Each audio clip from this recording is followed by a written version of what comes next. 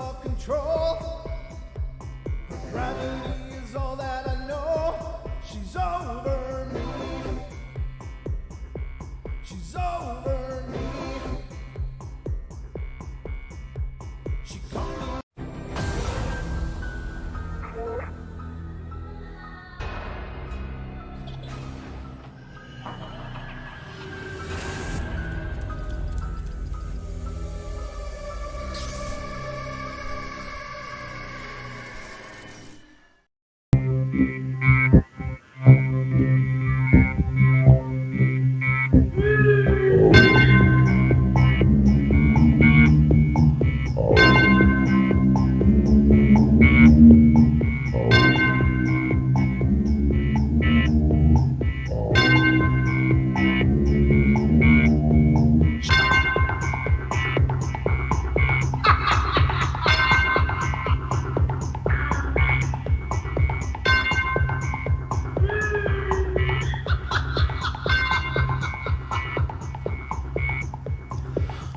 Ladies and gentlemen, welcome to the Paranormal Portal. It's our Saturday edition of the Portal, which means it's 2 hours of fun-filled paranormal entertainment just here for you.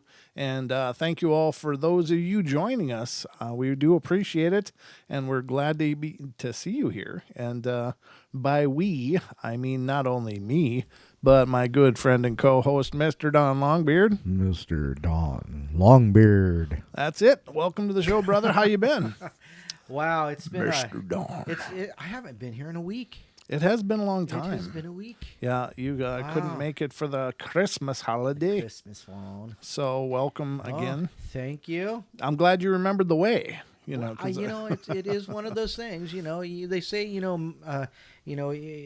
muscle memory and things like that. They'll take you places that you've already been. You don't even need to think about it. It's like that drive home from work. Exactly. It's You're like, how did I get here? Where am I? Or What's my motivation? Or like me through most of my day. It's like, oh, it's all muscle memory. Oh, well. But all is good. Well, good. I'm glad to have you here. It's been a long time since you've been here, but and I missed you, of course. It's always nice to have you here. Well, thank you. And to be a part of this and help carry the load. Carry the load. Of course, which is nice. I always enjoy the company. Sometimes it feels a little lonely up here in the studio by myself. Even when I am here. Well, yeah. Well, that's a different problem altogether. You don't listen to me anymore. You don't pay attention to me. You're not paying attention. You don't bring me flowers. Oh, congratulations. Well, anyway, we are here and at it, ladies and gentlemen, and the phone lines will be open throughout the duration of the show, so we'd love to have you call in and take part, if you would. If you have something paranormal of your very own that you'd love to share, we would be thrilled to hear from you. And you can call in by calling the Paranormal Portal hotline, which is 720-923-0500. Again, 720-923-0500. And that will get you through to us, if I notice the call board, which sometimes can take a while, but I will eventually look, I promise. So if you call in, just hang on the line. You can hear the show in the hold anyway. So, but we are here and ready to go. It's last night was a great show. Thank you all to everybody who participated. We talked about portals, Don. It was a pretty good show. Spirit portals and stuff, and it was. I thought it was some great entertainment, some good stuff. I got stuff open here I don't need open. He's got a tabathon. Yeah, well, that's always the case. But I had Spotify open, and of course, we won't be using that throughout the course of the show. No, we'll probably get copyrights. Well, we always get copyrights whenever I touch that. So I shut it off so I don't accidentally hit something. It's like, oh, damn it, we're demonetized on this episode. How did Judas Priest start playing again? I know. Here's damn Judas Priest. No. We used to play a lot of different songs on the show. And then we got monetized, and so we had to change our tunes. Thank you. You got that one. I think I actually got my own. Yeah, I actually did that one on purpose, ladies and gentlemen. Wow. Usually they're accidental, but that one was intentional. So I hope that worked out well for all of you, because I'm kind of proud of it. So anyway, welcome to the show. We are going to just do our thing here. Hello, Glenn O'Kirk. Good to see you. And everybody else that's come into the YouTube chat. Oh, Aussie Tiger changed his name. Whoa. It's just Aussie Tiger now. Awesome. G'day, mate.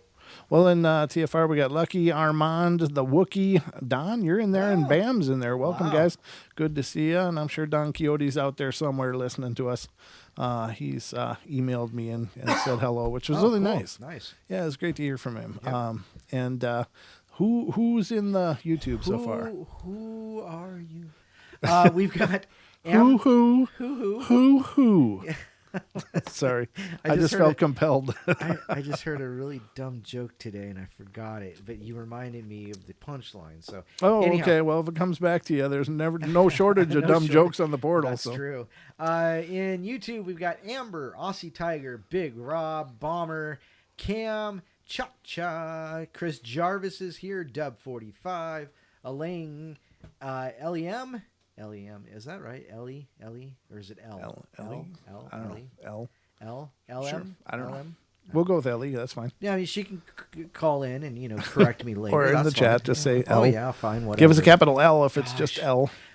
We got Gemini Moon, Glenn O'Kirk, I am Pam, Isaac's here, John G, John Nelson, Lindsay Bay, Mini Musings. Hi, Minnie. Haven't seen you in a while.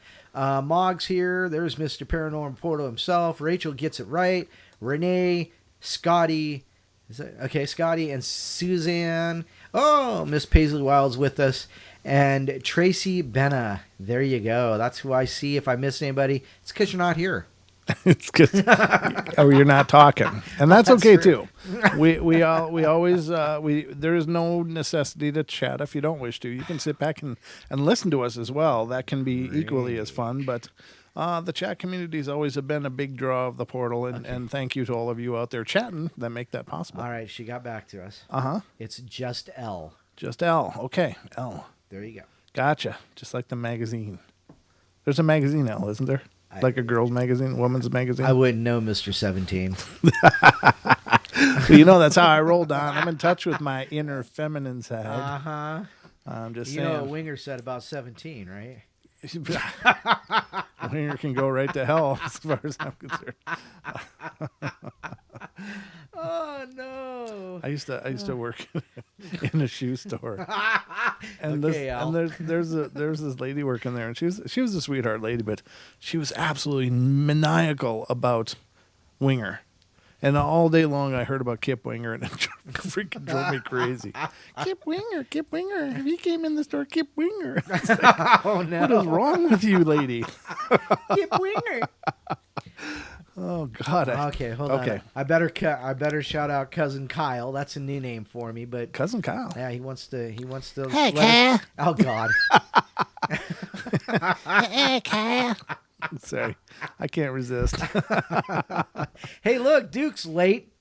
Well, he gets to sweep up at the end of the show. Then that's right. Yeah, put last the chairs up. Last one in has to clean up the show. Yeah, it's just the pile of portal that's left over. Bam says, "Can I have some of what Don's smoking, please?"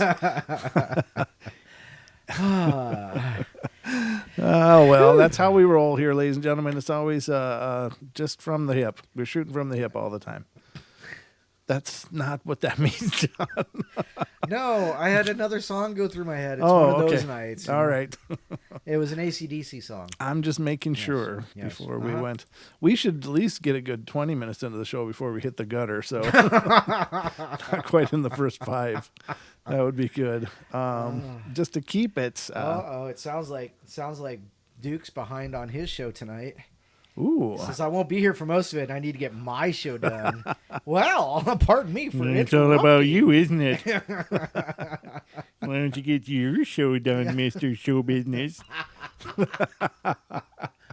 No, it's fine, Duke. We'll be here. We got Cha-Cha here, and Don's here, and I think is Julie in here? Mog's in here. Good. I haven't seen Julia yet, but then again, I only see about half of anything right now. Well, I hear you. All right, so we got a show lined up for you, ladies and gentlemen. Take it away, Don.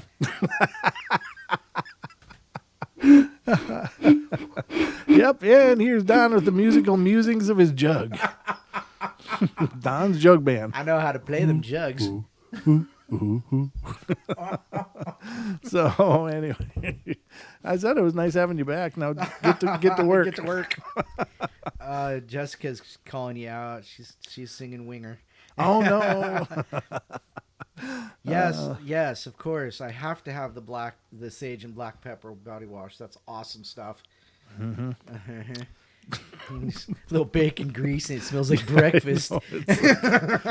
Your body wash sounds more like a marinade to me, Don. I love it.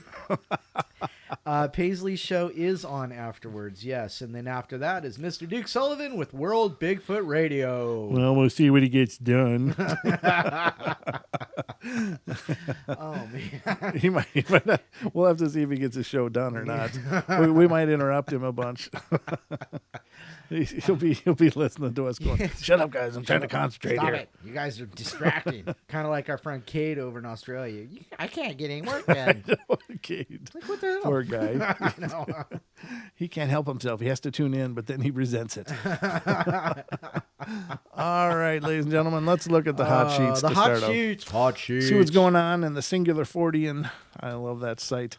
And if you are into the paranormal, which if you're listening, you must be, check out the singular40.com. Well, I'm telling you. Oh, man. Oh, wow. Chromium across from Washington Park, Chicago again with more of those flying humanoid. Really? Okay. There's a few new ones here.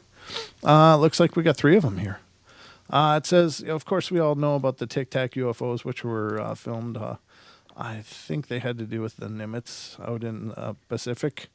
I think it was the Nimitz encounters. Nimitz, yes. Yeah, and so it says, Tic-tac UFO wasn't behaving within the normal laws of physics. Really? Says fighter pilot. What the hell's a fighter pilot? I don't know. Maybe it's a bomber. I don't know. Who filmed it? That's what he's saying. It did not obey the laws of physics. Well, maybe it never studied. Sorry. Oh, This stuff just is... I didn't know it was illegal. Yeah, exactly. Man. It's like an old, Bugs Bunny cartoon. He's standing off the cliff. You're defying the laws of gravity. Well, I never studied the law. All right. Oh, wow. Okay, let's see what it says. In a recent interview with New York Magazine, former fighter pilot Chad Underwood admitted that the Tic-tac UFO he filmed with the targeting camera of his F-18 Super Hornet while serving aboard the USS Nimitz in 2004 performed maneuvers that should have been impossible. No. That's true. In addition to questions regarding the unidentified flying object's nature, Underwood responded, "The thing that stood out to me the most was how erratic it was behaving. And what I mean by erratic is that its changes in altitude, airspeed, and aspect were just unlike things that I've encountered before flying against other air targets. It was behaving in ways that aren't physically normal. And that's what caught my eye, because aircraft, whether they're manned or unmanned, still have to obey the laws of physics. They have to have some source of lift, some source of propulsion. The Tic-tac was not doing that. It was going from like 50,000 feet to, 100 feet in like seconds, which is not possible." Yes, that was the thing that was the most interesting to me, how erratic this thing was, as if it was obeying physics, if it was obeying physics like a normal object that you would encounter in the sky, an aircraft, a cruise missile, or some sort of special project that the government didn't tell you about, that would have made more sense to me. The part that drew out our attention was how it wasn't behaving within the normal laws of physics. You're up there flying like, okay, it's not behaving in a manner that's predictable or is normal by how flying objects physically move. Well, normally you would see engines emitting a heat plume. This object was not doing that. The video shows a source of heat, but the normal signatures of an exhaust plume were not there. There was no sign of propulsion. You could not see the thing that the AT FLIR pod should pick up 100% of the time, the source of heat and exhaust that a normal flying object would have. Crawford is the 11th serviceman to come forward recently regarding UFOs encountered during active military service, including 5 others who served aboard either the USS Princeton or the Nimitz during 2004 sightings, and 5 Navy pilots who said that encountering the unidentified flying objects was almost a daily occurrence over the Atlantic Ocean off of Virginia Beach from the summer of 2014 through March 2015. Wow. This news follows the chain of information slowly released through, guess who, Don? To the Stars Academy of Arts and Science. Yeah, otherwise known as sellouts. And government sources since 2017, when news broke that the Pentagon's secretive UFO project, known as the Advanced Aviation Threat Identification Program, or AATIP. Most recently, Pentagon spokesman Susan Gao, in an emailed statement to John Greenwald, Jr. of the Black Vault, denied that the AATIP was in any way involved with investigating UFOs or unexplained aerial phenomena, UAP, a term coined to combat the stigma attached to UFOs.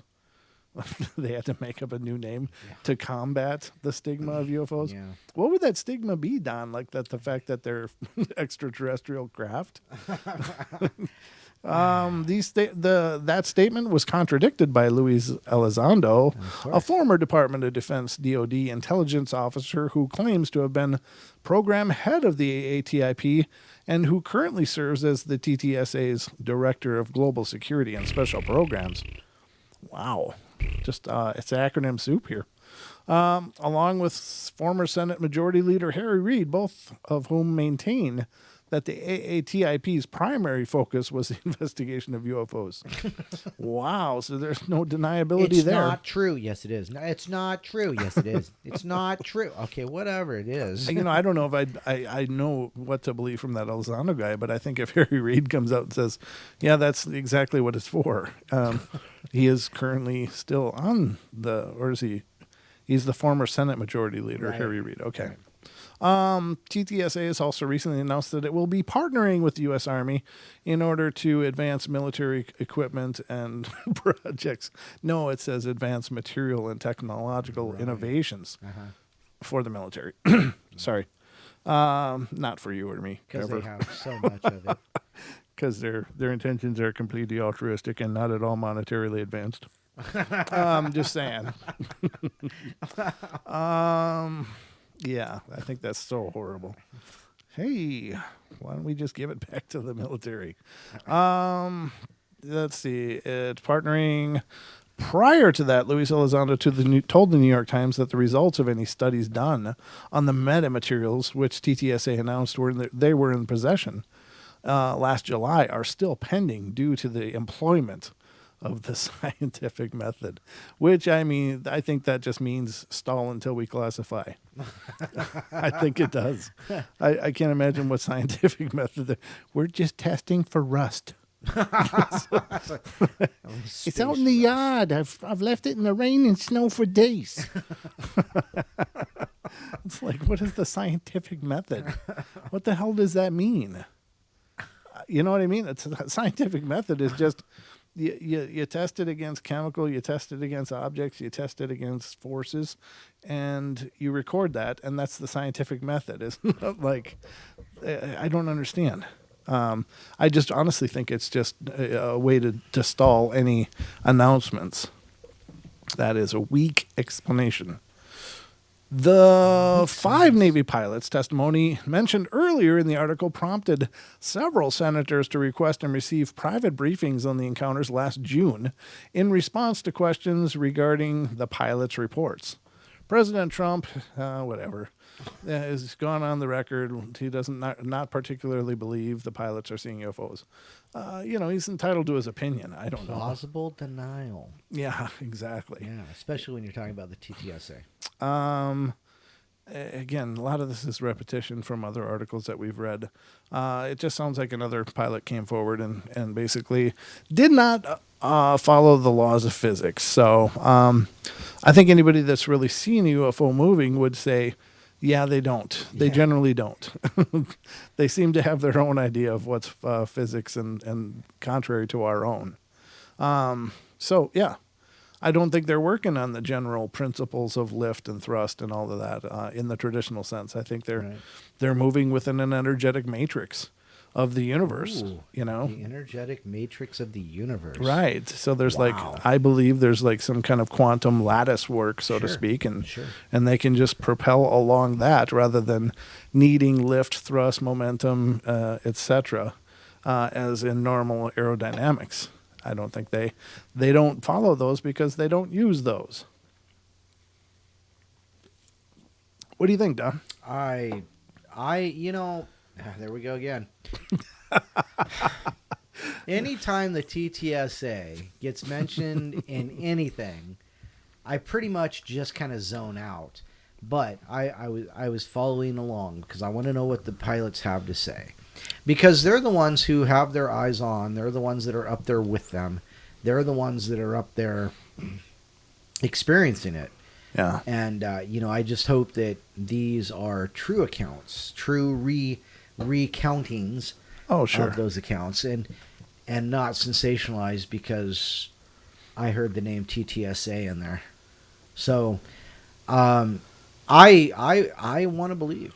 I really do. I really, really do. I've seen it, and I have witnessed it myself. So I want to. We keep talking about getting out Yes. and looking at the night sky, and it's not like we don't. Freaking cold, man. Well, it is now, but we've got to do that, and we've got to figure out a way to record through those in a better than my bastardized It is what it is. setup. Yeah, well. But I will say, Taco Violator says you once said that this show could draw the paranormal out to the studio.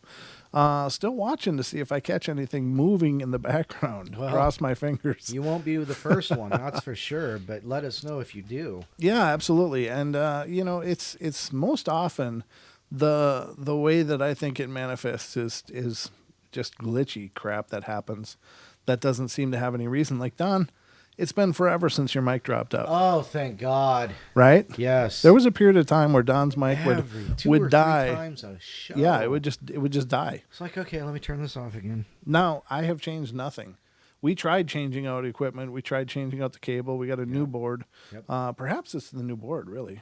Has it died since we got the new board? I don't think so. Maybe it was just the board then. Yeah. Maybe it was just a function of the old board. Yeah, maybe it was going to you. Who knows? Maybe it was what? Never mind. Okay. But, that could have been a function of just being the old board. I had no idea that the board could be failing. It did eventually fail. And now, is that paranormal? No, I don't think so. I think it was just, it had a lot of mileage on it. Right, yeah. It was used when I got it. So was that paranormal? Well, it sure seemed like it at the time. But, You had that board for like 2 years, though, huh? Oh, yeah. It worked. Yeah, it did its job. Yep. Yeah, it put forth a lot of hours of entertainment. There's no Yes, it question. did. But, I mean, it's kind of tongue in cheek and it's kind of serious. I mean, I do think that things have been here because of the show. I do. I felt a hand on my shoulder just, what was that, about a month ago, Don? Yeah, I think so, yeah. I told you, I was like, oh my God, I felt like somebody just rested their hand on my shoulder. It was just like a pressure came down on my shoulder. And it was very succinct and very obvious to me. It wasn't just like a tingle or a muscle twitch. Right. The pokes that people claim to feel, I sometimes think those can be muscle spasms. Right. We don't know we're having them. They just are muscle spasm, and it feels like you're getting flicked or poked. But that felt like a hand resting on my shoulder. Like literally I could feel the palm and the fingers. It was like, wow. It was very brief, very quick, but things do. Oh, God.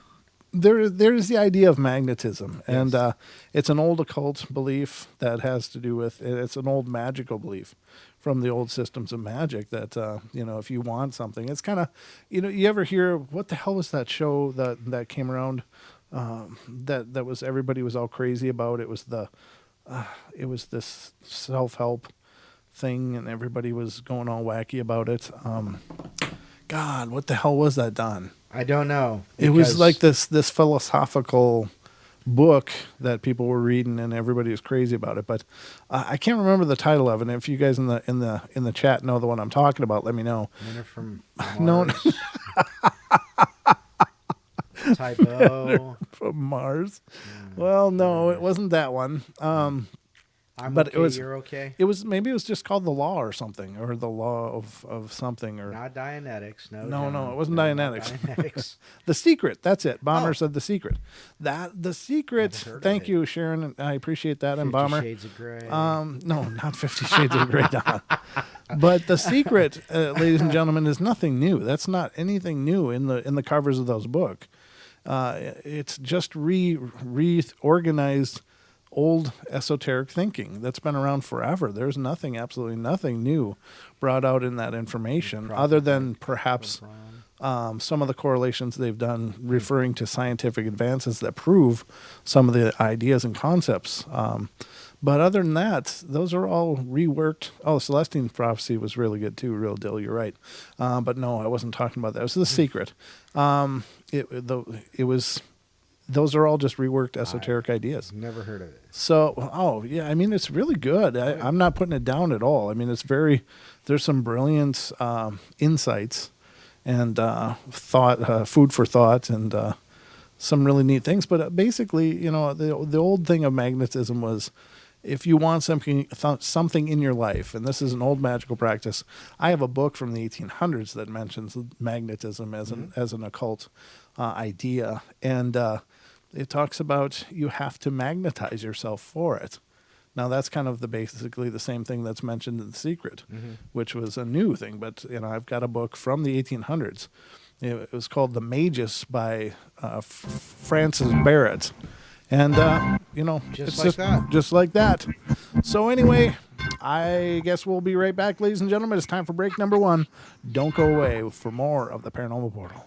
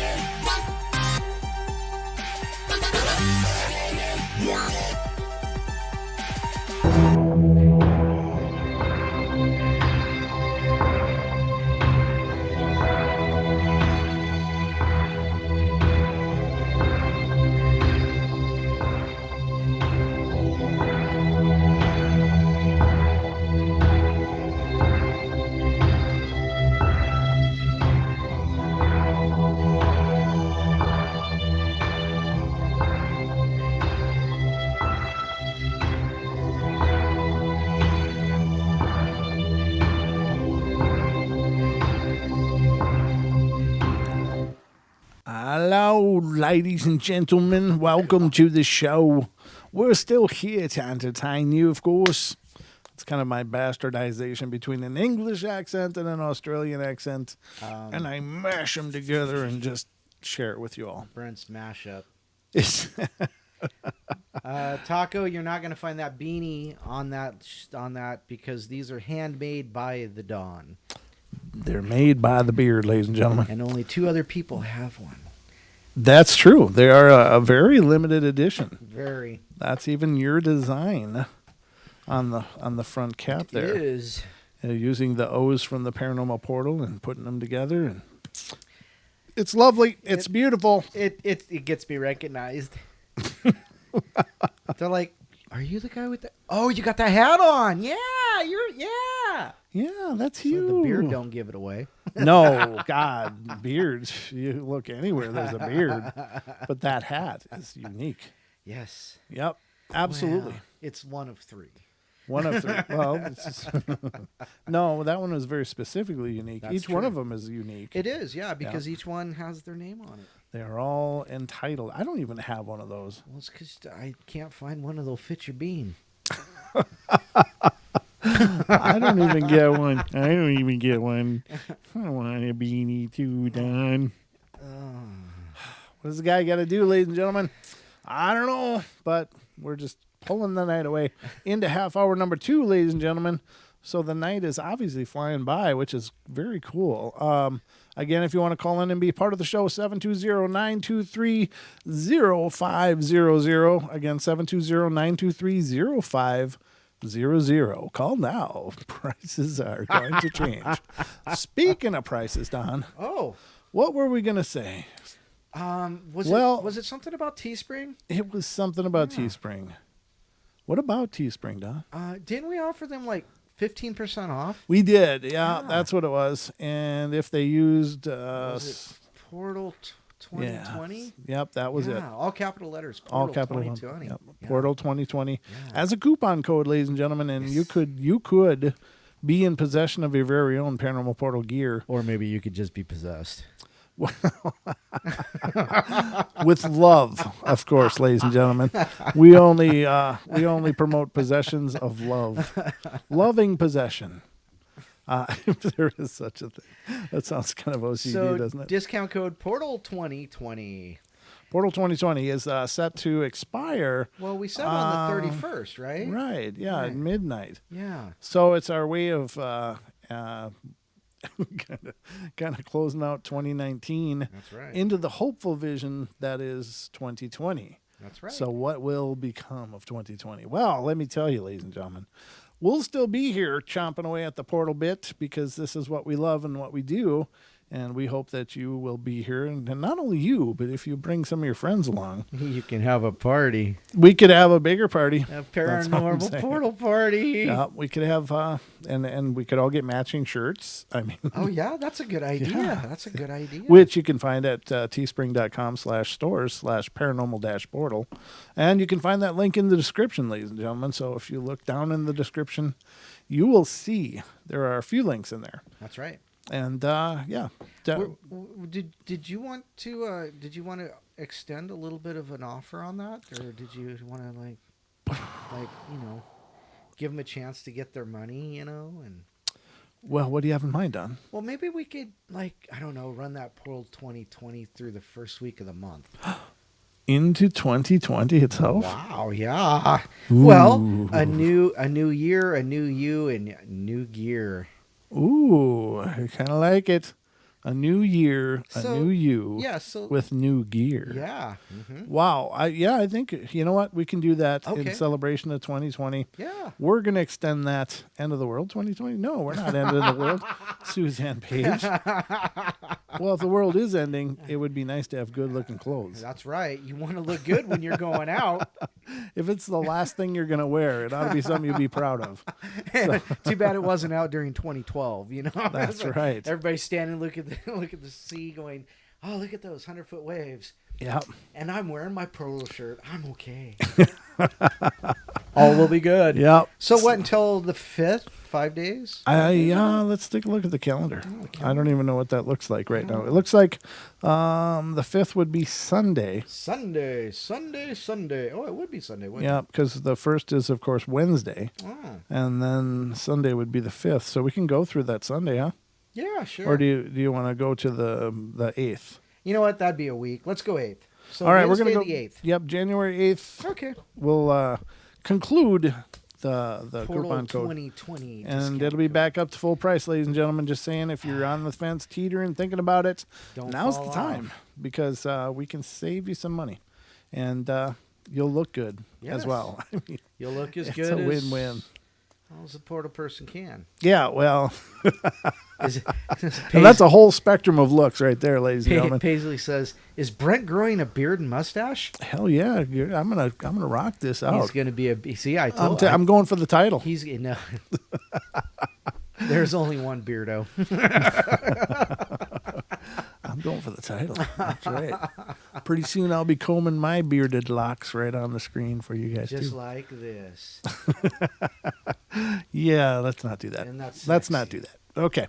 All right, ladies and gentlemen. So we are at it for the Paranormal Wow, Portal. yeah. We have more paranormal fun just waiting for you here. And that was the first. The Tic-tac craft was the first. Yes. Let's get to the next one. And this Oh. one is another sighting, ladies and gentlemen, out of the Chicago area of a winged humanoid. I don't know what the hell's going on over there, but there's something pretty intense going on over in Chicago I with know, what is it? these Mothmen. For I don't know if they are actually Mothmen or if there's something else, but it's really bizarre. I wonder if there's like more than like one. You know. I think there's a race of them, personally. Yeah, like Yeah. you know, a different, like dogs. You know, there's Mm-hmm. Dobermans and pit bulls and Right. beagles and Yes, I mean, but it's obviously a long ways away from Point Pleasant, that's true. which is the sighting of the original Mothman, as I understand it. So I don't know if they were sighted. Well, I suppose there's historical references of these winged people, all over, but they are having some kind of resurgence. I don't know what the hell's going on. Now, are they harbingers of doom? I don't know. I haven't heard of anything. Well, I mean, there's doom in Chicago all the time as far as, you think of like crime and problems and stuff. I mean, they've got their hands full. So I don't know if it's something even worse or if they like to hang around that negativity. I don't know. I don't understand what it is. But let's get to this. It says, this is from the Singular Fortean Society again, or the singularfortean.com. It's run by the Singular Fortean Society, which is Tobias Wayland and his wife. Great site. And it says, woman reports 2015 sighting of, this is a crow man. yeah. Crow man across from Chicago's Washington Park. Huh. That's odd. So what is this? Lon Strickler of Phantoms and Monsters recently received a report from a woman who said that in 2015, she saw a very large crow man hovering over a high-rise apartment building about a block away from my house, overlooking Chicago's Washington Park. And this is her report. A friend shared an NPR article about a Mothman sighting in Chicago, and I was shocked when I came upon your website and research. And again, this is addressed to Lon Strickler at Phantoms and Monsters.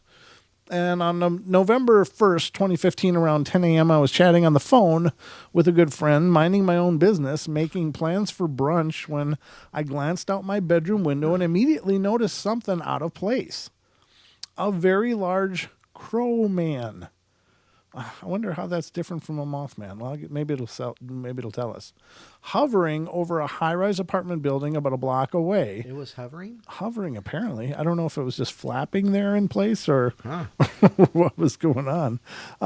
From my house, a man, jet black from head to toe, upright, hovering in the air about 5 feet above the Midway Pleasance Senior Apartments on East 60th Street. For reference, it's a 17-story high-rise apartment building directly across the street from Washington Park on the south side of Chicago, miles from downtown, and not a lot of high-rises in the area. So I'm on the phone with my friend, but I go silent as I'm watching this thing hovering and kind of spinning around slowly over the building, and my friend on the phone starts asking me if I'm still there. I start describing to her what I'm seeing, And, of course, she thinks I'm crazy. By the time I get off the phone to try to take a picture, the thing starts to float away and move westbound behind some trees where I lost sight of it. I call my friend back, and she's trying to rationalize that I saw some sort of life-size leftover Halloween decoration flying 20 stories in the air like a balloon.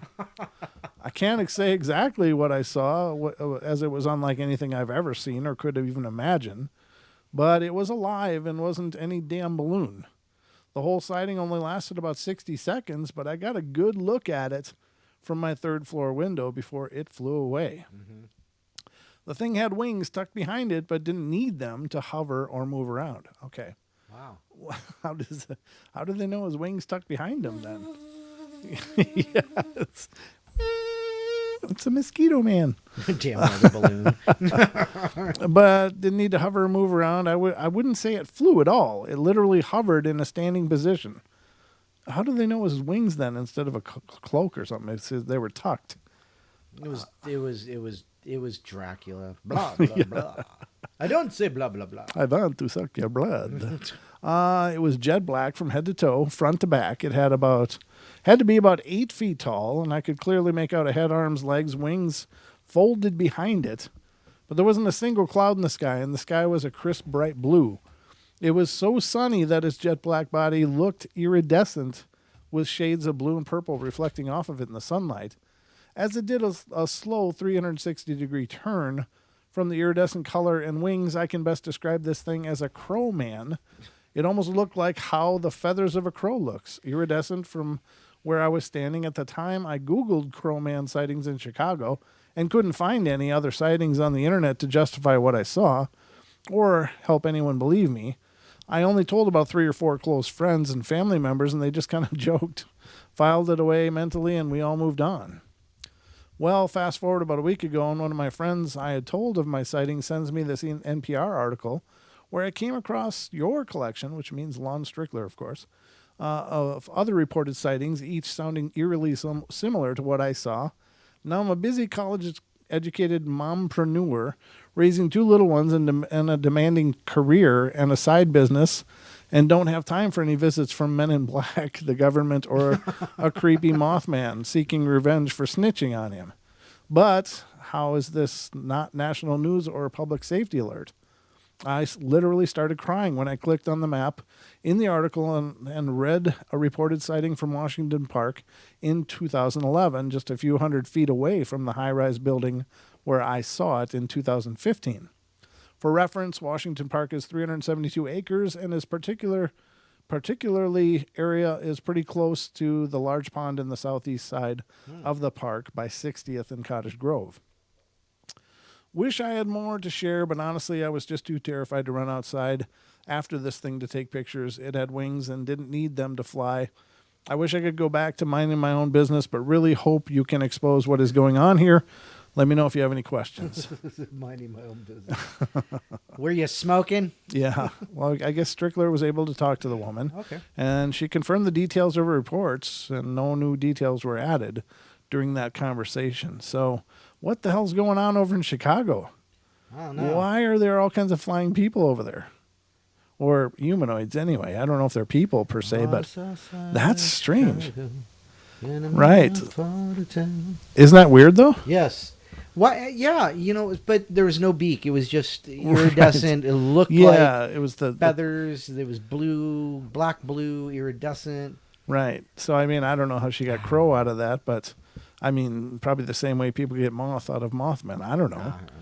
But in most of those cases, they seem to have wings extended. And this one, it was just floating. So it was floating upright in a standing position. Yeah. It was hovering. And then it just kind of whatever. Yeah, something like that. I don't know if that was exactly the the report, but yeah. It's the principle of the thing. Hey, do you still have that Ouija board that our friend made? Yeah. Because somebody was talking about a Paranormal Portal Ouija board. We actually have one. Well, we do, yeah. It's only a one of a kind, though. It's not a production model. That's right. But it is available for sale. I think he wants like $100 for it. It's handmade, and it's if anybody's interested in seeing it, I can certainly send you pictures of it. Just reach out to me at paranormalportalradio@gmail.com. I will send you some shots of it if you're interested. And he even made a handmade box for it. I mean, it's just a handmade box for the planchette. Yeah. Yeah, for the planchette, and there's a planchette handmade. It's worth more than $120 or $100. Yeah, I mean it's a really beautiful board, but he did a nice job. He did. Especially along Lake Michigan. What did Gemini say? They have always been a lot of flying creatures reported in Chicago. Reports go back to the 1800s. Wow, I did not know that, Gemini. That's very interesting. Especially along Lake Michigan. Well, what the hell's going on in Lake Michigan? I don't know. That is really curious. Apparently, Leroy Brown don't live in the south side of Chicago no more. Yeah. Because he's the baddest man around. The whole damn town is what I heard. Very curious. I don't know. Very strange. I don't know what to think about that kind of stuff, ladies and gentlemen. I think, I have never done much research on the Mothman or flying humanoid kind of phenomena. I think it's incredibly interesting, but I don't know if is it a cryptid? Ooh. Is it a extraterrestrial? Rachel gets it right. Says, what is the geological structure around Chicago? Deep quartz causing some creatures to enter from other dimensions. Interesting. Yeah. And that's what I thought. There's trans-dimensional possibilities there for sure. Yeah. Or other explanations. Could it be some kind of time anomaly happening there? Is it I don't know. It's anybody's guess, and that's the problem with these kind of phenomena. Like with Bigfoot may have some truly absolutely paranormal qualities to it. It may. I don't know what to think. When I first started doing the show, I just it's just a animal that's very smart and can avoid us, because it's really not hard to avoid people, especially if you live in the woods and that's how you live. We are not good in the woods, and avoiding us would not be a huge stretch by anything. I mean, we're not at home in our woodlands at all. But the fact that so many people have come forward saying, "Hey, I've seen them disappear. I've seen this," and witnesses that I can't help but believe. I can't help but believe that they are telling me what they saw. Mm-hmm. And even though it doesn't jive with what I want to believe, but it still seems like some kind of being that is terrestrially grounded here.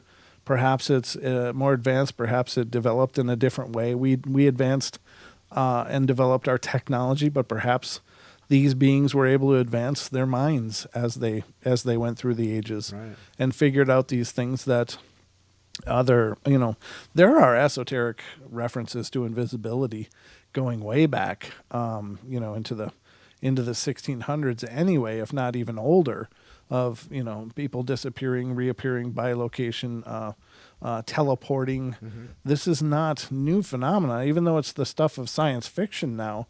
It was all based upon legends and things. I mean, even in the Bible, Jesus, after he was resurrected, did a lot of shooting around to different places and appearing before people.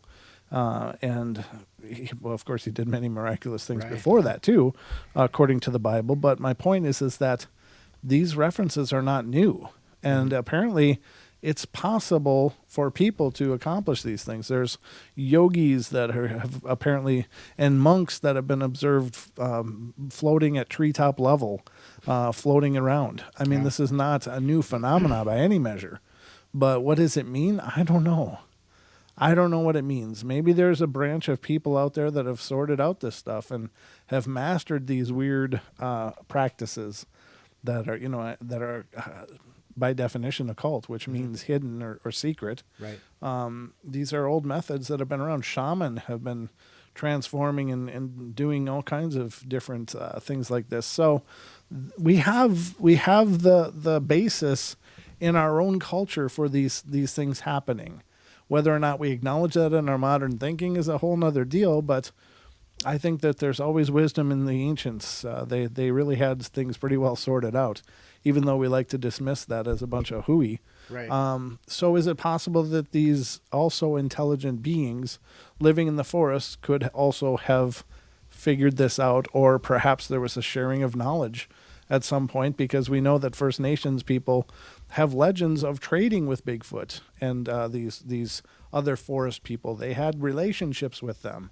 So Right. I Didn't mean, we do a podcast kind of with some of Yeah. those ideas? Yeah. yeah, it's That's a good one. we did, yeah, and it was we mentioned it in the spontaneous human invisibility. Oh yeah. Yeah, That's that, right. That's you know, right. that's Yeah, where we I did. came across it, and when maybe that's what the Bigfoot is doing. Wow. Maybe that's what kind of brought it home to me was when we were doing that podcast. It just hit me like Right. maybe this is because people are disappearing. If you're not familiar with that podcast episode, ladies and gentlemen, please check it out. It's fun. Spontaneous Human Invisibility. It's apparently a very real phenomenon that people are experiencing where they're allegedly disappearing to everyone around them, Right. and nobody can see or hear them for a period of time. They don't know what they've done or what they did to make it happen, but it does seem to change, and suddenly they're able to be seen and heard. Like they'll be walking around and yelling at people in their face, waving their hands, and the people don't acknowledge them being there. Or sitting in a police station. Yeah, or walking out of a police station in one report. right. That's Just to paraphrase one of the reports, a girl was with a group of her friends, and they were stealing stuff. Right. It was part of this clique or this club that they had.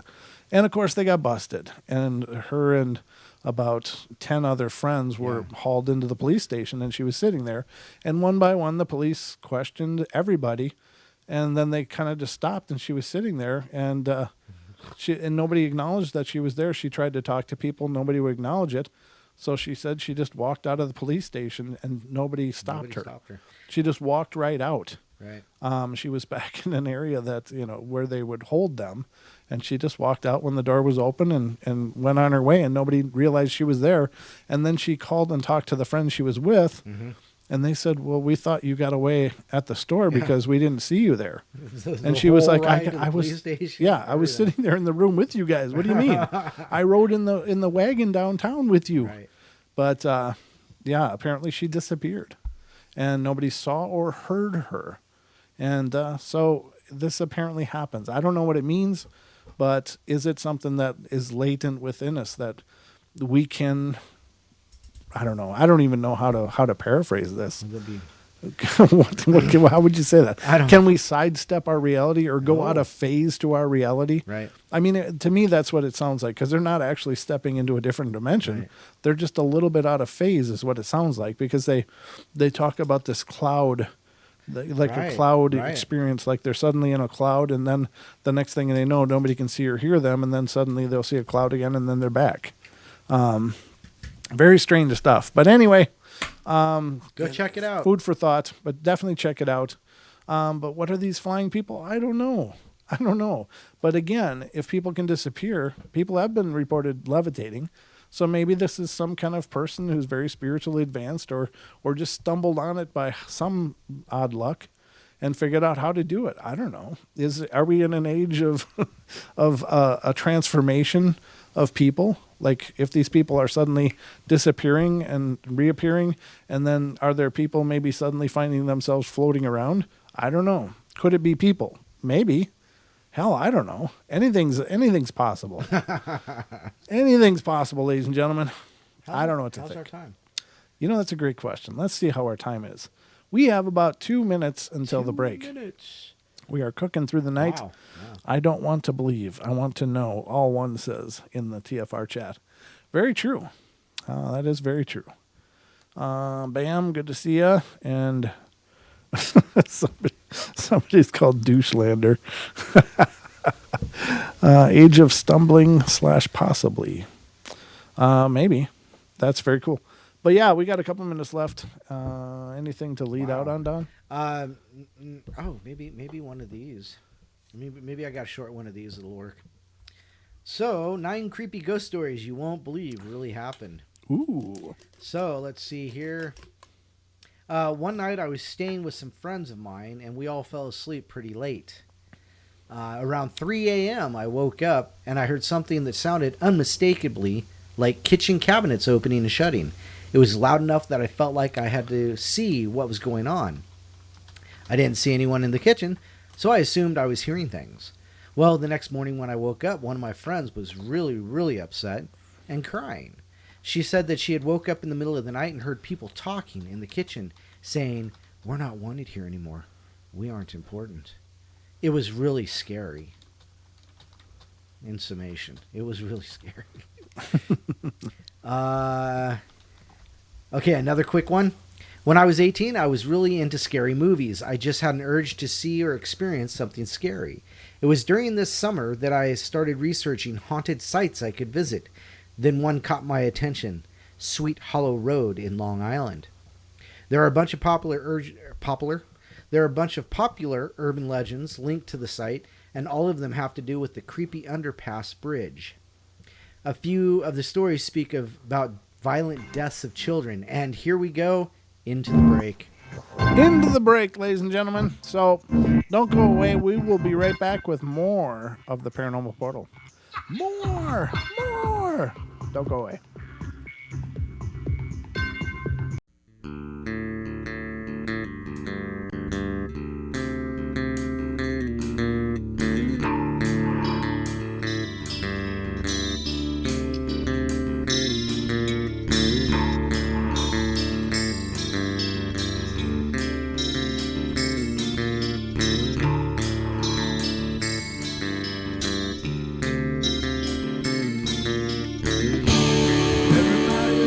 Play their games. Everybody loves to place their bets.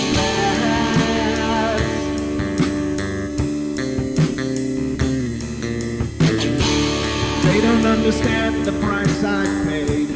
They don't care to comprehend.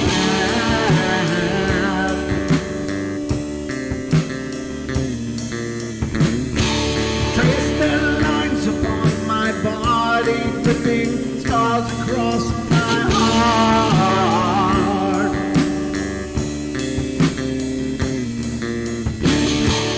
Raging anger pours inside me as their lies keep falling apart.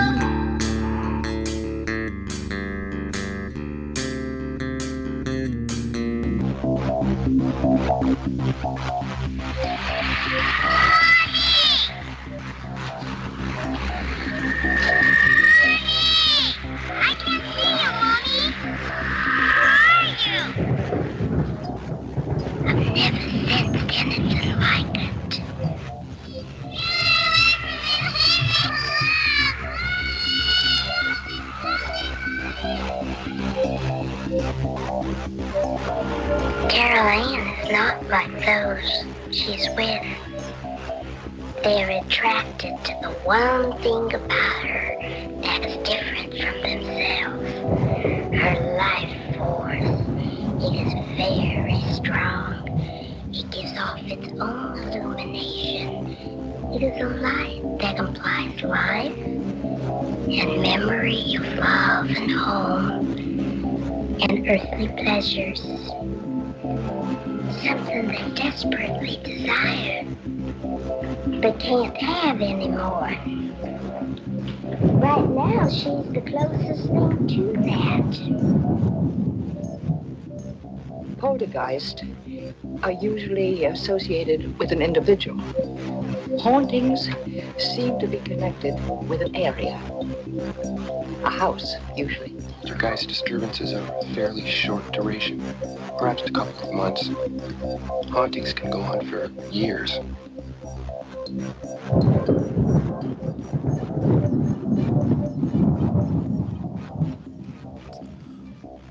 Hour number 2, ladies and gentlemen. We are back at it. We have 1 hour under our belt and 1 to go. I hope you guys are having a good time out there. Appreciate all of the input on the chats and such. Thank you all for the participation. I like this comment that I don't like saying the name, but it's Douchelander. It says, we must remember we grew up with only what we were told. And that's a very important point. I think that's brilliant. It's very brilliant. What we're told kind of forms our ideas of our lives, but it speaks nothing to what our potential is. And you know, who's to say what are we capable of? I mean, really, I think we're capable of anything and everything. I think that people are incredibly untapped in our potential, and we're told that's a great point. We are formed into an image of what we are, what the stereotype is supposed to be. Mm-hmm. Sit down, be quiet, don't talk, sit still, don't move, color in the lines, get a job, get an education, get a job. Get a life. get a wife. Get the hell off my lawn. Have kids. Hate life. Yeah. But it's just, it's all formed for us. And so we grow up with these harnesses, with these chains, and it's no fault of anybody's parenting. I mean, there's wonderful parents out there, but still, we are not aware of our potential. We are not, and so it's a very great point. I really appreciate that, Douchelander. Thank you. We're not gonna take it. Yeah, well, there was that, and there's been these rebellions that have kind of peaked up and breaking the status quo, and I think that's important, and I think that's a formative process for us socially. But I think individually, we need to learn how to see past our chains and see towards our potential, and kind of defining that for ourselves. Well, that's like Paisley was talking about on her show last night about releasing those dogmas, getting rid of those dogmas we grew up with. Now, the dogma isn't necessarily a religious thing. It could just be, like she pointed out, it could just be, this is the pan you make eggs in, and you don't do anything else with it. Why? Mm-hmm. Why? That makes no sense. Right. So it's releasing those dogmas we grew up with and these cultural memes that we have. It's just flushing that away, and that's how I relate to what was said. There you go. No, I think that's important, and that's a good point. I mean, there's a lot of people talking about this kind of stuff, about, basically forming your impression into this world. Yeah. We're so often told what is our impression, what should it be? Mm-hmm. Well, you're a good person if you do this, this, and this, and this, and this, and you're a bad person if you do this, this, and this. Right. We're just socially conditioned to mediocrity, and that's unfortunate. I think that the more we push the boundaries, and it's one of the reasons, so for instance, I love the X Games. I just love watching those people do crazy stuff that nobody would have thought possible was, 40 years ago. I mean, could you imagine if back in the 60s, Tony Hawk had shown up. Are you kidding me? Yeah, I mean, they would have thought he was a Superman. that's true. Yeah. You know, or some of these mountain bikers, you know, going through these crazy things, bouncing on one wheel and going down these crazy paths. Right. You know, you watch those first person, you know, those Oh, helmet God, cams. I hate those cameras, and they're going down like the spines in the Yeah. mountains, and I'm like, The ridge spines, and they're going off these deep embankments, and they're jumping, they're doing flips, they're doing I stuff. always wanted to do it though. I know, because you have to admire that spirit. Like, they didn't accept anything. They cut their own ground, and they showed us what was possible. And I Right. love that spirit. I love that spirit that people are redefining what is possible. And the parkour people, the people that practice parkour. Oh yeah. The crazy crap they're doing. And it's like, oh my God. But it's a very voyeuristic thing for me, because I'm not going to be I'm Yeah. not going to be I'm not gonna be- parkouring anything. I'm not jumping roofs. Forget it. Nope. I was I'm watching. lucky if I can parkour myself into my pants most mornings. you I know? was watching these one guys. I think they were not in America. They were somewhere else. But anyhow, what they were doing was they were running, and they were leaping over this handrail. You know, this guardrail. It was like a Jersey barrier with a handrail on it, and then flying over like a 2-lane road, Right. and then down into this river. Yeah. And you could just I'm like, oh my God, they can fly. It's just crazy. And then they were like jumping on these pier poles, you know, out in the water. You know, it was like a tore down pier, and they were jumping from one pier pole to another. It was just crazy. Yeah. They're nuts. They're It is. nuts. But you got to so- admire that, though, don't Yeah, you? it's so engrossing. You're just like, Right. it's like a train wreck. Right. But I mean, it looks superhuman. Yeah, it does. If you go back to, I mean, there was like people like Douglas Fairbanks back in the old movies, and he was kind of Yeah. maybe one of the original parkour guys. I don't know. I mean, there's probably been many, like perhaps the old ninjas from back in ancient Japan, or some of the warriors from India. They were pretty crazy. No martial arts and kung fu and the Shaolin and stuff. I mean, they were incredible. The Hwarang of Korea. I mean, there's been these but these were all secretive. But now it's like a lot of these things have gone mainstream, and I don't know. I'm just amazed Right. at when people do that. They push the boundaries. They redefine what we can do and what is possible, and then the next generation comes up and goes a little bit further. Right. So we're done all these things in the physicalities, but I think that there's also a realm of the mental and spiritual. Right. And maybe people will really start pushing those boundaries and showing people what's possible in that way. Right. So, Well, you were just talking about during the break, maybe we're hitting the spot where the mutants are coming out, Right. the X-Men are appearing. right, maybe there's a quantum leap going on right now, and that's what accounts for some of these flying people. Maybe people have sorted this out. Yeah. Maybe there's some little prodigies that have come along in the last few generations that have sorted this out. Again, there's historical markers for this stuff, at least in our folklore and in legend, that people did float, they did fly, they did translocate, they did bilocate, they did teleport, they did move things with their minds. There's all these legendary markers for it. So is that based on possibility? I think so. Yeah. I think so. So I don't know. We'll see. We'll see what comes of it. But ladies and gentlemen, maybe it's not paranormal. Maybe it's really just normal.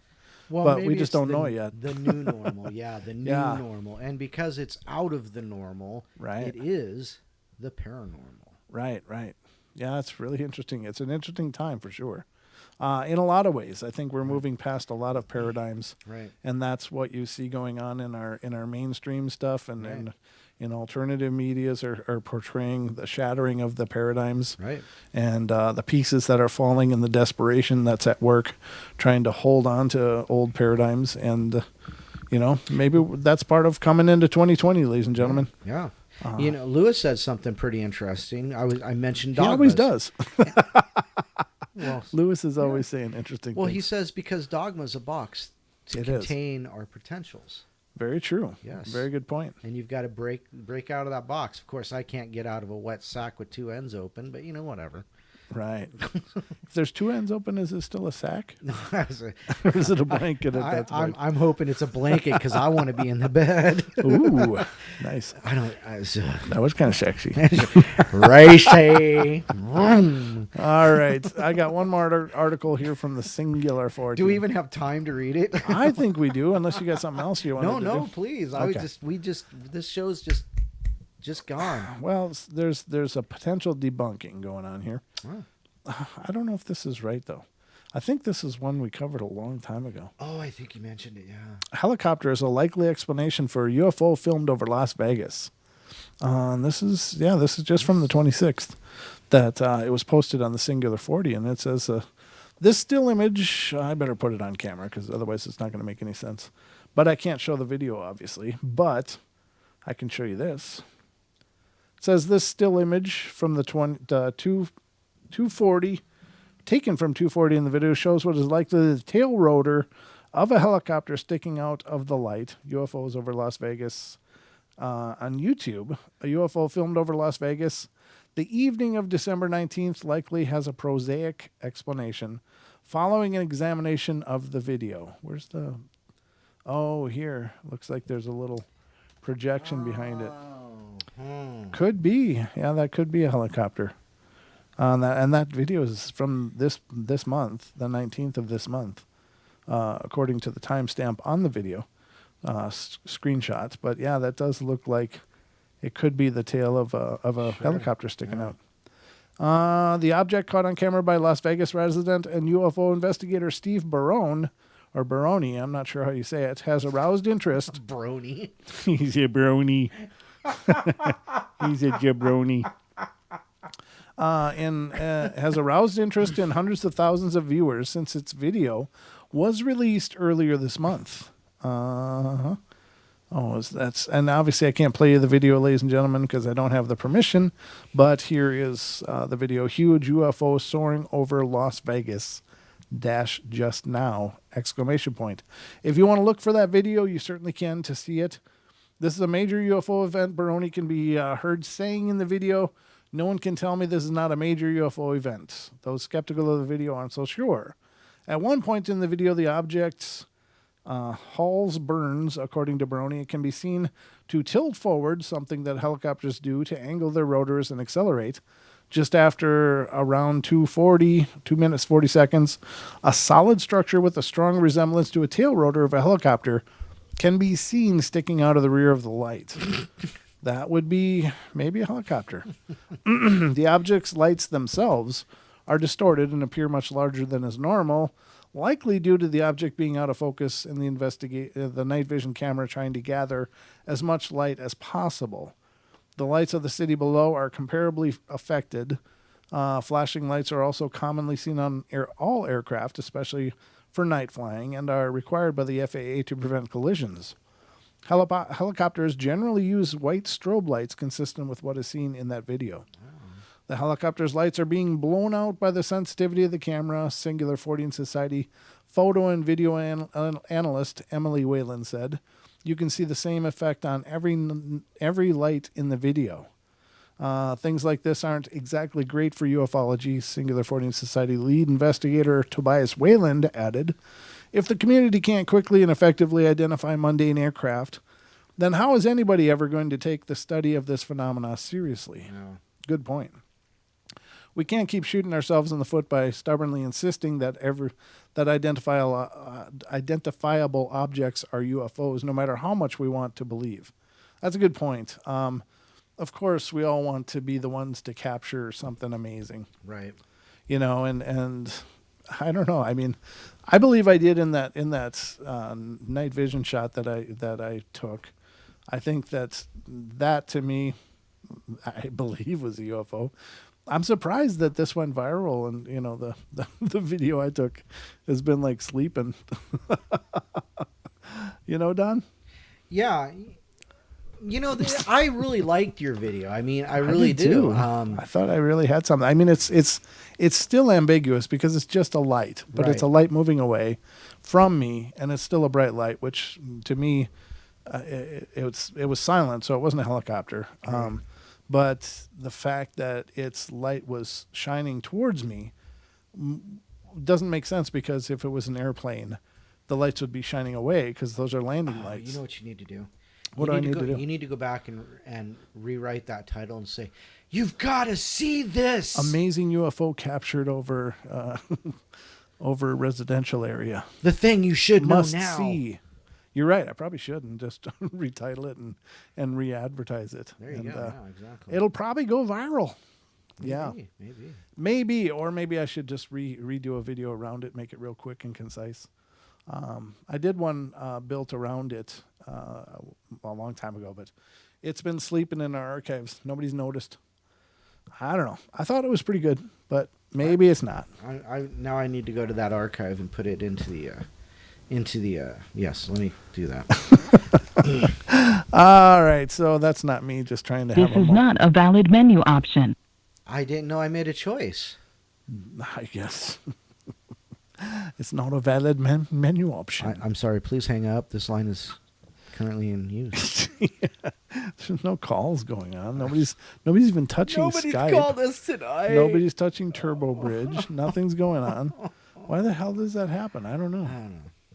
See, that's one of those glitchy, weird crap that I don't get. I don't understand. We have 2 thumbs down. We have 2 thumbs down. Yes. Well, I guess thanks for sharing. Thanks for the drive-by douching. I just want to make sure that everybody knows that we have 2 thumbs down. Yeah. Well, yeah, I mean, it's certainly not that we're proud of that, but let's try to offset that with a bunch of thumbs up. Huh, guys? Yeah. In the chat? Definitely that. What do you say, fellas? What do you say? Everybody just grab your mouse and start clicking on the thumbs up, quick. We need to negate those thumbs down. Gotta take them out. We need positivity in this here place. Don, we need positivity. We do. Well, that's it for the Singular 40 in Society updates, the hot sheets, as it were. I love this site. I just think they do such a good job. And I appreciate that they... 40 again. Yeah.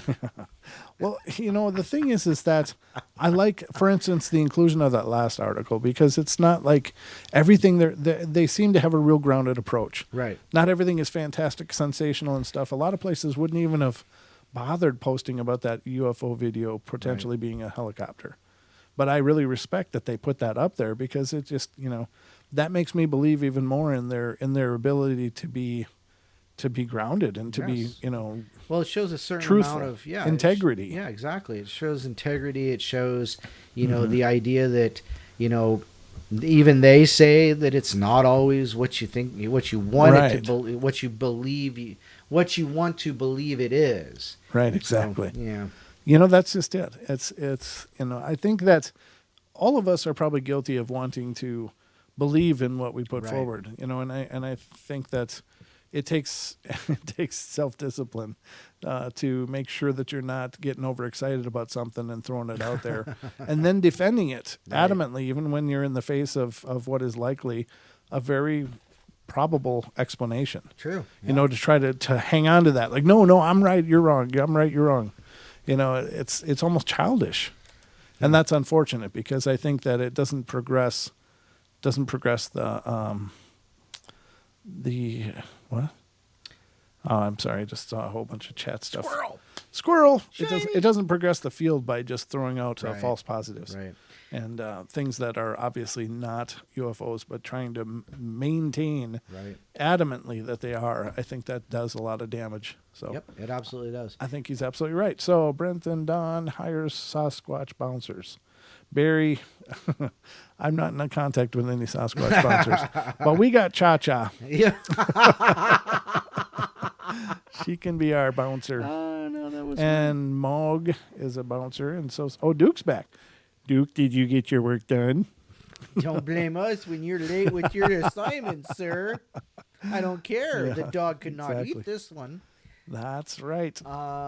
Amber says, Brent, they make the effort to come here every day and thumbs down, so you're living rent-free in their brain. Good point. True. Yeah, that Well, is a you good know, point. it doesn't matter if it's an up or down. It's still analytics. It's still numbers. So It's interaction. So it still even counts as a plus. But so I wonder. it's kind of silly. But Bomber said something happened and her door opened by itself just a minute ago. ooh, Um, God, we got to know about that. yeah. So well, Bomber has some.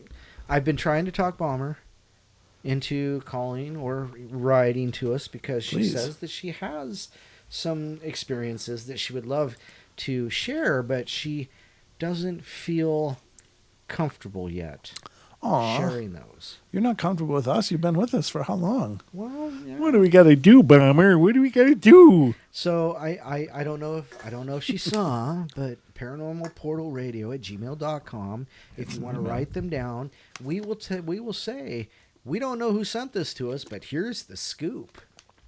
And we can keep it anonymous. You know, Brent's good for that kind of thing. So, yeah. Me, not so much. Yeah, don't tell it to Don. Don't tell it to Don. It's like, if you're talking to Don, it's like talking into a microphone. It's like the knitting circle over there. Did you hear about that thing over So there? I was at Gosh, Joe's house, and I thought heard. I was smoking a cigarette and I saw a crow man. Yeah, that's not all you saw. But yeah, we'd love to hear from you. If any of you out there are listening and would like to share your experiences, we'd love to hear about them, of course. Yeah, absolutely. The ones that are a little tough for me to hear are I've gotten a few of these claims, and I feel bad about them because there are people that say, well, you know, I like the paranormal and all that, but things are getting weird ever since I started listening to your show. It's not our fault.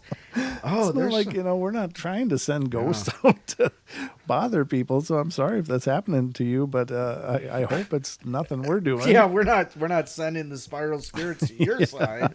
My goodness, we don't care that much. Oh, we do. We care all Just kinds. not like that. No. Yeah, we don't care to harm you or cause problems. Yeah. So Bomber apparently lives in a little village in Canada, and my door opened and they left. They left a Christmas card. They stuck a Christmas card between the door jamb. Oh, okay. So yeah. So it was a person then? And so it must have been.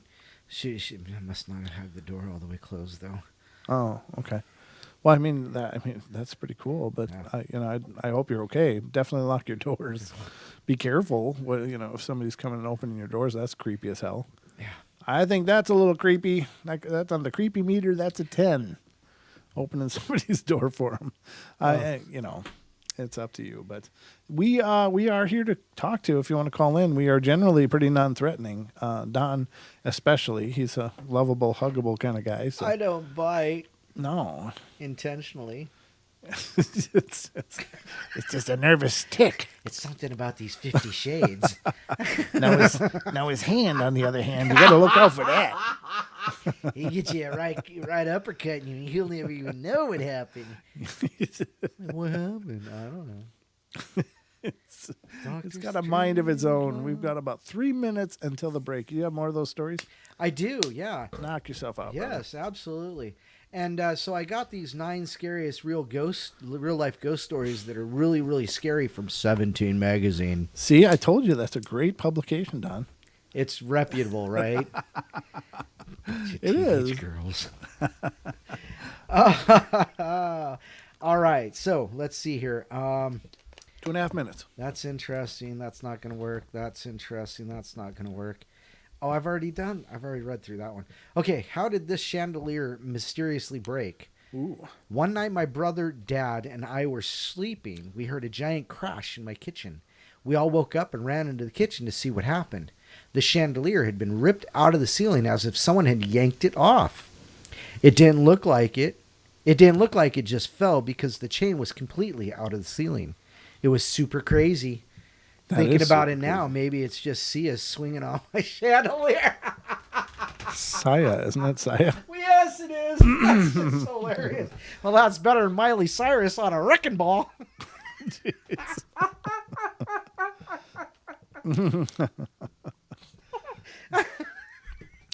How about that, ladies and gentlemen? Oh, goodness. Okay, this house had a visitor who wouldn't leave. When I was 7 years old, we had a ghost in our house. I remember one night when we were talking in the living room, and suddenly a glass of water went flying off the counter.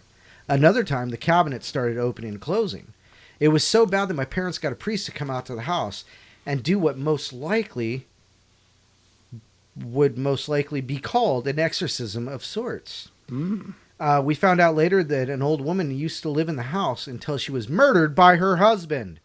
Ooh, that always wrecks things. We ended up Dun, dun, dun. We ended up moving, but I still have nightmares. Wow. Yeah. Wow. Yeah. Can't say I blame you. A woman lived here until her husband killed her, Dun, dun. and she's still living here. Yes, mother. Yeah, yeah, exactly. Oh my God. Oh my. Ladies and gentlemen, we're about to go to break, but if you're listening Last to break this of the show night. on TFR, iHeart, TuneIn, and TalkStream Live, be sure to stick around because after us comes Paisley Wild, The Spaces Between is coming up next. And following Paisley, of course, is our good friend and amazing mod, Mr. Duke Sullivan of World Bigfoot Radio is coming up after that. So lots of interesting, wonderful shows yet to come here on TFR. So stick around. It only gets better. We'll be right back. Don't go away.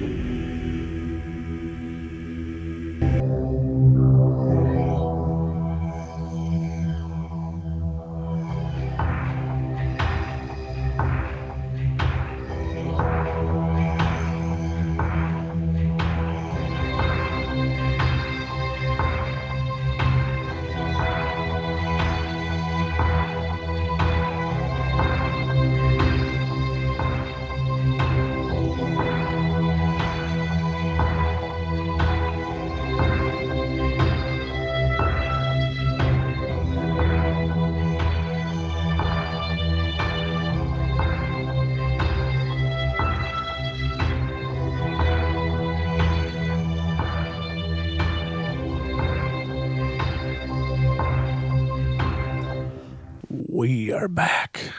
Did you miss us? We're back. We came back. We wouldn't leave you laying here just waiting unsupervised. We had to come back, of course, to mine the portal because it is We an are energy. your pushers. We are your supervisors. We are your shepherds, leading you through the portal. I have seen the promised land. Let me tell you, it's a cold, dark place in the portal, but I will bring you to your absolution, to your salvation. Oh boy. Or just more spooky weirdness as we cover here on the portal. Welcome back, everybody. Hope you're having a good journey with us tonight. It's been a lot of fun. Again, I'm going to repeat it again. Stick around after the show for Paisley Wild. The Spaces Between on TFRlive.com.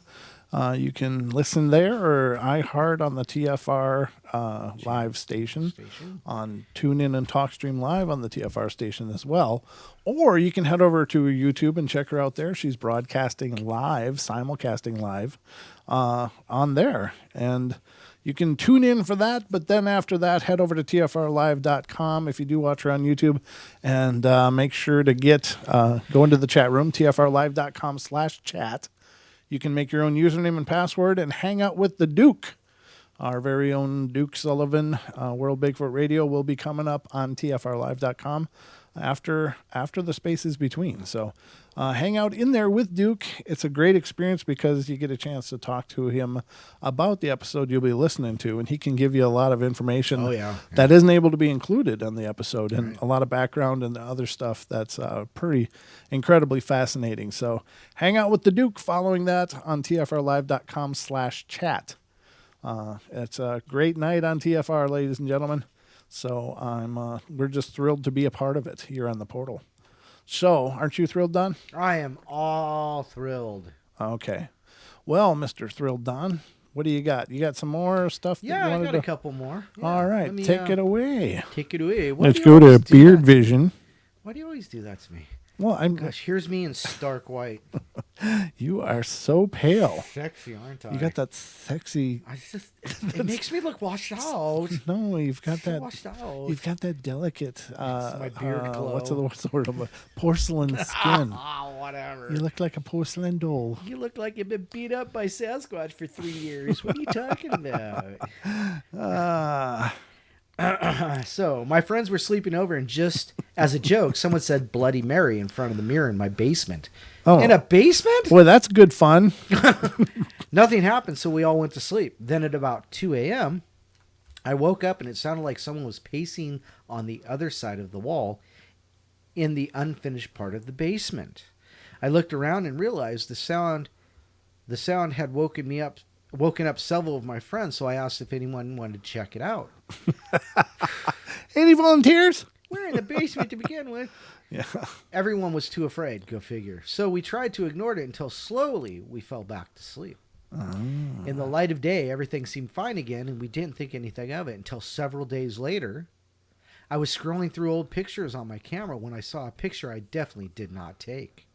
It was of my friend who did Bloody Mary, and the photo was her staring into the mirror she did it in. The picture was really dark had a really dark filter.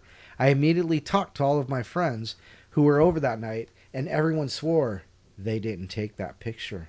Ooh. So who did? One of those ghostly picture stories. God, there are so many of those out there. Yeah, yeah, they're awesome. So there's one out there that comes to mind. It's a mom gets a new cell phone and lets her little toddler play with it, and he wanted to play with it while he was laying down just before he went to sleep, and or he just went into her room to lay on her bed and play with the phone, and so she went in there, and he was asleep on the bed, and the phone was laying next to him, and she picks up the phone and saw all the pictures that he had taken, about 10 pictures around the room, and then she sees a picture of her son sleeping.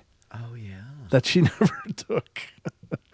Oh, my God. That's so creepy. That would be creepy. That's like horribly creepy, dude. That's like freaky creepy. Huh. So there's a lot of those kind of stories out there. And I don't know. They could just be a legendary kind of thing, but people they're presented as true stories, so I can only assume. We can only do what we can do. Right. And that is come in and entertain you. Our objective is always to entertain you, but I will tell you that never, ever, ever do we knowingly bring manufactured or false stuff to the show. Everything we bring you on the show is represented to us as true, which is how we represent it to you. I don't have time, and I would never jeopardize the integrity. I'm not that flowery with my writing. Yeah. I wouldn't be able to write half the stuff. We're not quite that creative around here. No, I can't write. Well, I'm illiterate. But no, so if you're listening to the show and you're sitting there going, I wonder if this stuff's real.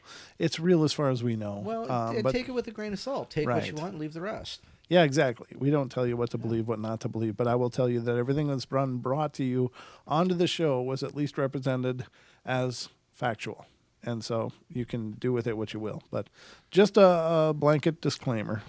She went looking for a ghost story, and she found one. Ooh, did she? I was at Barnes & Noble's about 3 years ago. It was October, so they had a table with ghost books on display.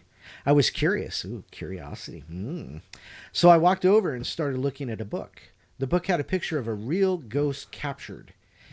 I was fascinated by it. At the time I was looking at the book, my ringing started to heat up. At the time I was looking at the book, my ring started to heat up and then shattered, falling to the table. I freaked out. I touched the broken pieces, and they were ice cold. Wow. Kind of like my heart. Like the shards of my still beating heart. Like the shards of my dead heart. Stuffed under the floorboards in pose. Yeah. Listen to it beating. The telltale heart. So that that's actually came up as the last one. That's kind of that one sounds a lot hokey to me. Well, you know.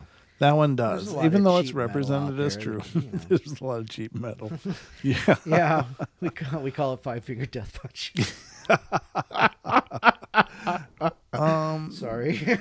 But the ring heating up and then exploding, it's like, yeah. That sounds a little convenient to me. I don't know. Again, who knows? We didn't write the story. We're just bringing it to you. Do with it what you will, huh? You can certainly discard it. That's fine. But that's what you had, right? Yeah, that's unfortunately all I had. There was another video, but it was talking about that school where the locker door was slamming shut and the paper and the backpack got thrown and did you remember that?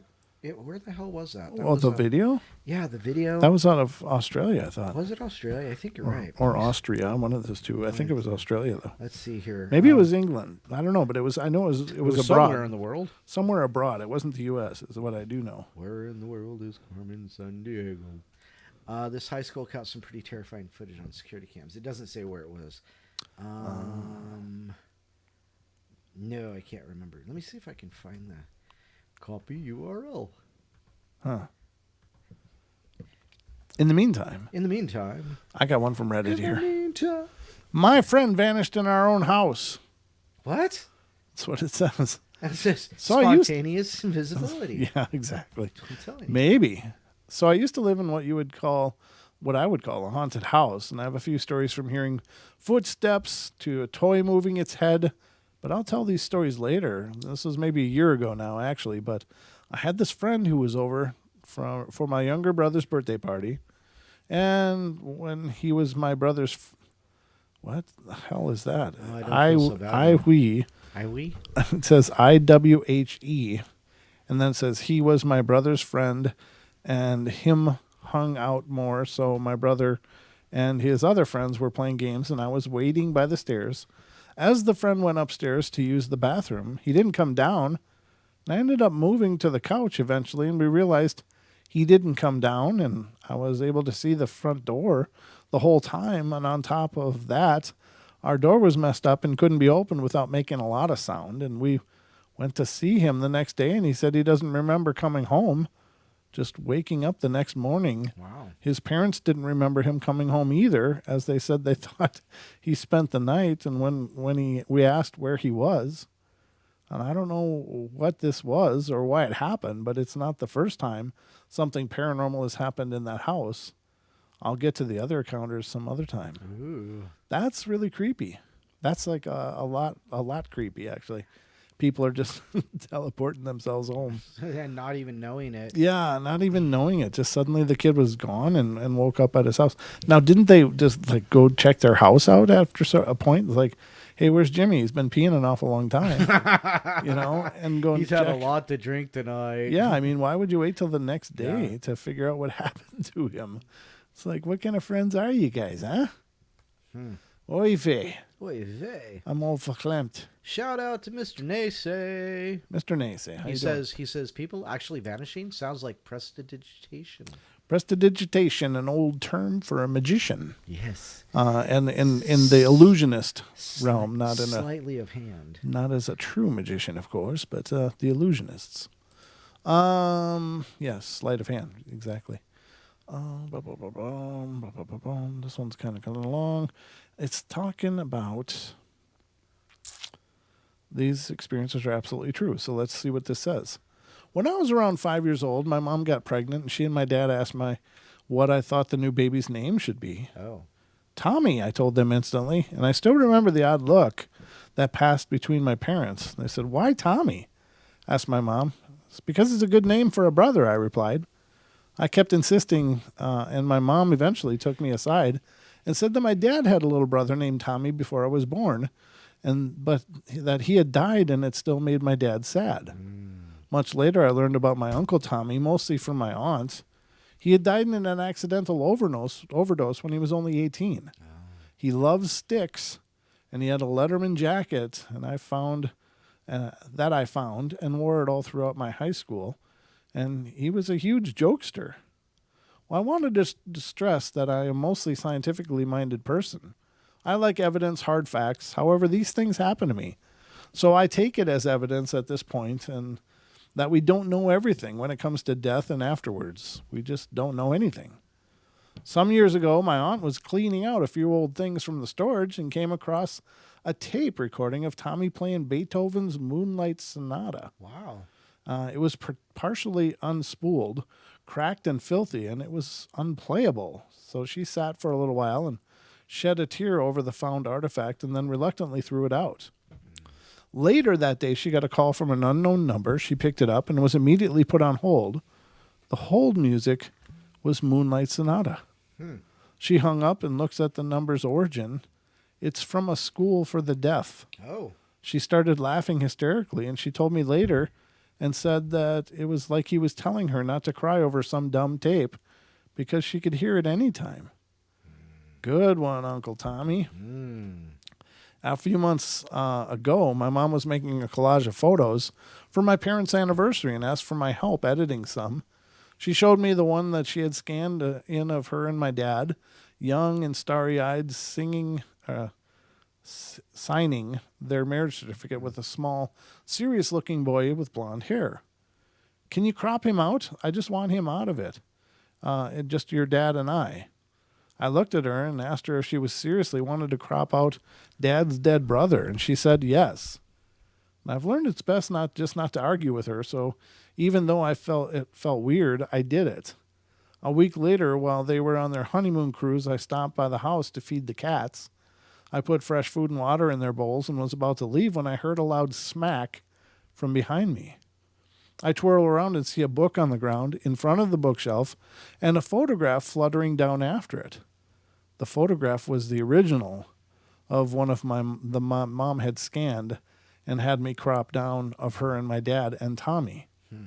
The book was one of mine. Tell the Wolves I'm Home.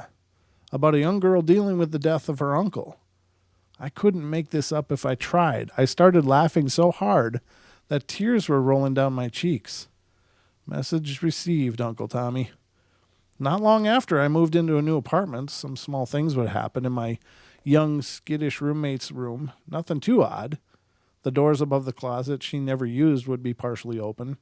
Things wouldn't be where she swore she had left them. The lights would turn off and on, and when she was sitting at her desk in her bed, she was scared. One day when she was out, I went into her room and sternly said, "Stop it.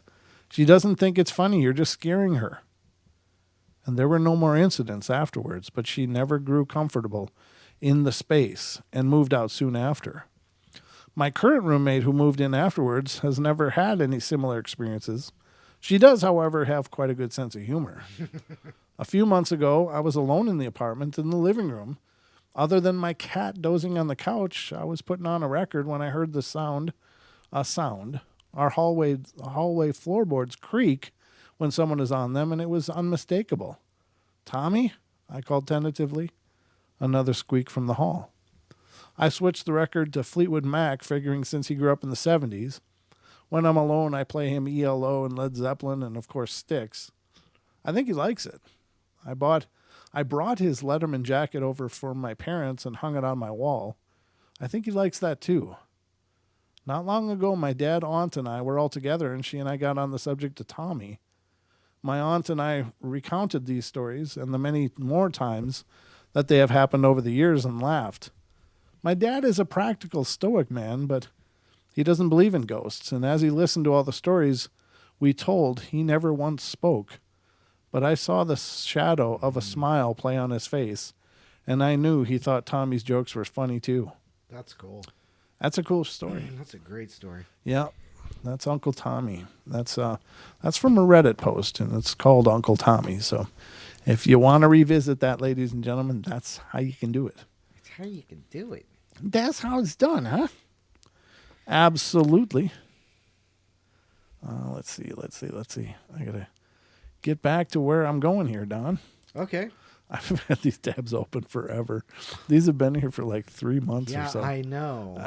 Finally It's that reading tabathon you got going on. I like a tabathon. Yes. Tabathons make me happy. It's lots of material to work with, ladies and gentlemen, which when you do a show 7 days a week, you kind of need to have lots of material to work with. So I always have tabs open. So what's this? Something like a first video flying over something. Nah. Let me see this one. No, that was on Arcane Radio. I don't even know what that is. Neanderthal sighting in Finland. Oh, that sounds good. Let's read this one. Neanderthal sighting in Finland. That's interesting because there's some people that believe there can still be Neanderthals around, or are they confused as Bigfoot sometimes? I don't know. I think truly Neanderthals were supposed to be short. I think there are some people that claim they see Bigfoot, but shorter versions of them. So maybe people are actually seeing Neanderthals. I don't know. Neanderthal sighting in Finland, Cryptozoology News Bigfoot account. A man in eastern Finland says he saw 2 hairy Neanderthal-looking humanoids. Oh, no. How do you say that word, Don? Where? Rautavaara resident Yisaki Mieto told Cryptozoology News he was chopping firewood next to his house when he came upon the 2 beings on December 21st, 2017. I live in a relatively secluded area with the nearest neighbor living kilometers away, the 48-year-old, who claims to hold a PhD in aerosol physics. Aerosol physics. Wow. It might explain why he's seeing the Neanderthals. Too many aerosols. Obtained at the University of Eastern Finland, said about the encounter, the weather was dry and cold, well below freezing temperatures, and there was already a layer of snow on the ground. After firing up the stove in his sauna, says Mieto, I went back inside to the house to have a snack. I checked through the window if smoke was still coming out from the sauna's chimney, and I noticed 2 vaguely humanoid figures exiting the sauna, leaving the door ajar and walking off into the woods. 2 creatures, he added, were big humanoids, and they were walking in a hunched posture. After that, I lost sight of the figures in the woods, and I checked the sauna, and it had warmed already pretty well, only that the door was left open, leaking the warmth out, and I produced an electric torch from the anteroom. What's an anteroom? Of the sauna, and with its light, I saw that the unexpected visitors had left brownish coarse hair around. Mieto also added that he was able to observe a few footprints, but that the alleged creatures were barefoot. It was hard to examine the footprints on snow in the incoming dark, but they were human type, only larger. Early in November, a woman in Portugal claimed to have spotted 2 similar figures that looked like primitive men. The 83-year-old Cryptozoology News told Cryptozoology News she and her sister were caring for a herd of cows when they spotted the 2 primitive men. I was 5 years old and my sister was 8. We were in a remote area of the Sierra de Estrella when, there's only one L, so it's not Estrella. Estrella, I assume, when we saw 2 naked men speaking a totally strange language. She said about the 1939 alleged encounter. Then we saw them entering a cave. The following day, she explains, they decided to check out the cave with their sheepdog, but when we reached the cave, our dog would not go in. He kept growling at my sister, wanting to go back. And we could smell smoke that appeared to come from inside the cave. I got to look at the clock here. 5 minutes. We're doing good. Wow. We're doing good. Where was I? Later that day, she reports that when they told their father about the incident, he became angry, and he told us he already knew about the existence of these people, and he said they were the original people who survived in a few numbers and were still living in a primitive state. I remember him saying that there were only about half a dozen individuals left.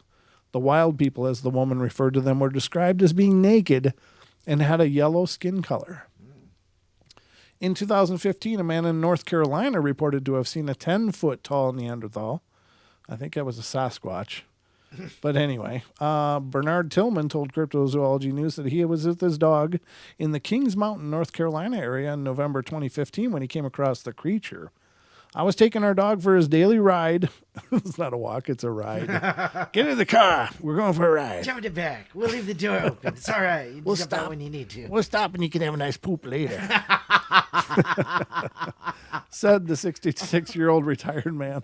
It was 6 p.m. and we were approaching a small creek on the downgrade of the road, and I was looking at the 4 feet saplings where they had cut all the trees down. Tillman believes the unidentified being did not see him and his dog coming, and there he stood. We must have surprised him because he was just standing real still. The sun was setting between him and me.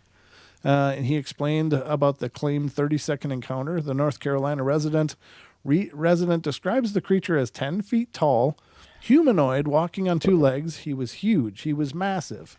In the back and chest, his hair looked black from the side profile, his neck, his head, his nose, his lower jaw. He just looked like a Neanderthal. Tillman was not able to photograph the purported being. Neanderthals were a species of humans believed to have gone extinct about 40,000 years ago. There you go. Wow.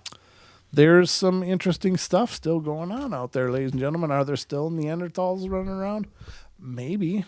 But as I understand it, I thought they were historically short, like around 5 feet tall, but incredibly strong. Yeah. All Black Tree heard on that story was naked men. Well, priorities. Yeah, naked. Shut up, Scooby. Here's your snack. Oh, no, that's funny. Well, there you go. I don't know. You can never tell what's going to happen on the portal, ladies and gentlemen. And but sometimes you don't want to know. That's kind of the charm of it, I think, That's the charming part of it, is that you don't know. Hell, I don't even know what's going to happen on this show, and we're the ones kind of driving the ship. We're surfing the wave as it is, but, Well, we're trying to drive the ship, but the keel seems to be broke. It's like we just kind of... I don't think I got time for this one, though. Nope, we got about 2 minutes left on. 2 minutes. Wow, where did the time go? Well, the time went into all the fun and mayhem that we always have on the show, which is part of the draw, I think. It's we don't, I gave up pretty much a long time ago. In fact, last night was a gamble. Yeah. Like I started the show with an idea of what the show was going to be about. And I think actually we kind of successfully did a show about portals and stuff, but...